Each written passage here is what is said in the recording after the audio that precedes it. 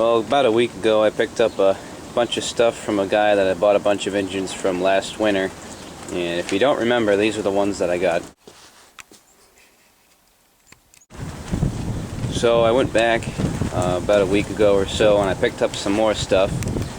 And I came home with a couple rototillers, and there's some more stuff I can show you up on the hill. So to start off with, I guess, I got a Sears rototiller. It's in pretty good shape actually, it's not too worn out. Tines are a bit loose, but it's not that bad. It's got about a 3-horse Briggs on it. You can see them. There's all your numbers. So it's got that, it's got the old choke carb on it, and it's got some bad gas in it, so I'll have to drain that and see if I can get it running. But other than that, it doesn't look too bad. I also picked up this one. They were 20 bucks a piece, so not too bad. I got this one. It's a real old one. Someone's done a lot of rototilling with it. The tines here, you can see them. They've been all welded up before. And this one, that's been egged out quite a bit, so you know it's done quite a bit of rototilling.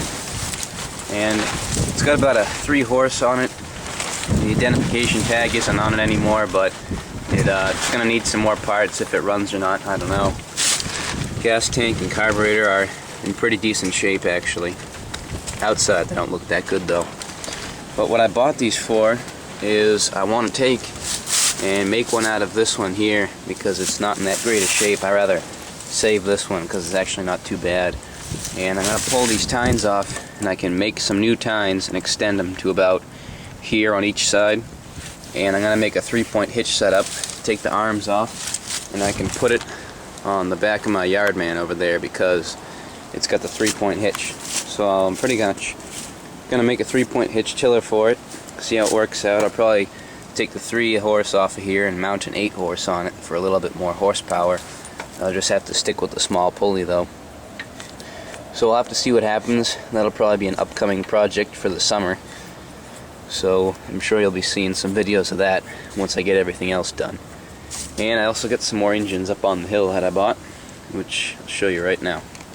Alright, well here's the engines I got. Got a 3-horse Briggs and another one here.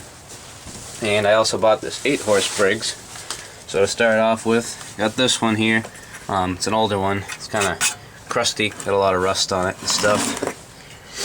It's got the 4-bolt updraft carburetor on it, which really doesn't look like it's in too bad a shape.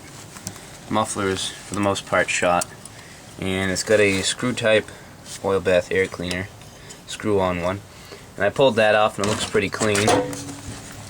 And the model number is right there if you can see it.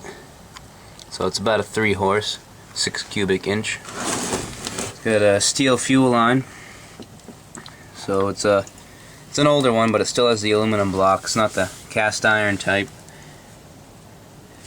And it's got the external gas tank, not the carb mounted one, which is kind of neat. And it's also, for the most part, whether you can see it that much, not really that rusty inside, which I'm surprised because I got a water pump that's got a lot of rust in it.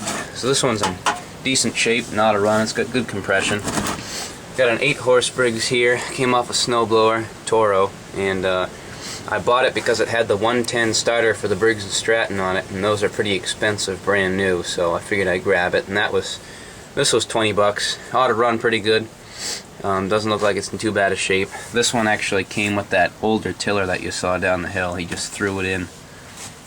And I also bought this one here, another 3-horse Briggs. Gas tank's got a lot of rust in it.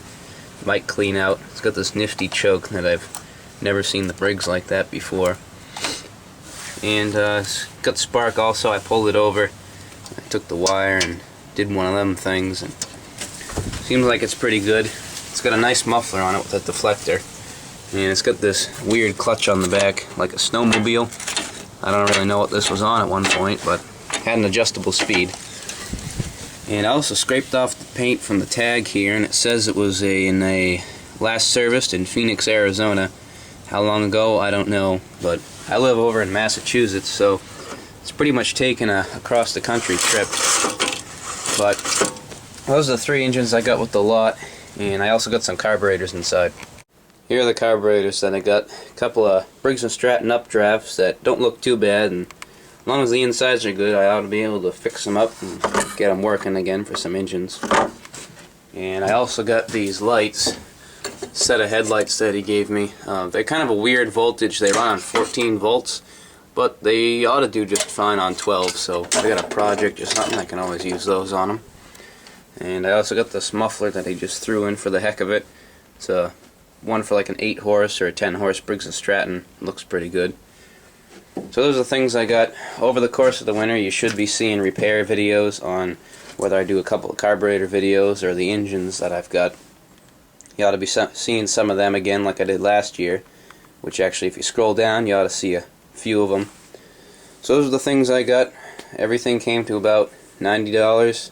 He has gone up in price, but $20 for a 8 horse Briggs and stuff still isn't too bad considering what I've seen online. They've been going for quite a bit lately, but just some things that I picked up over the past week.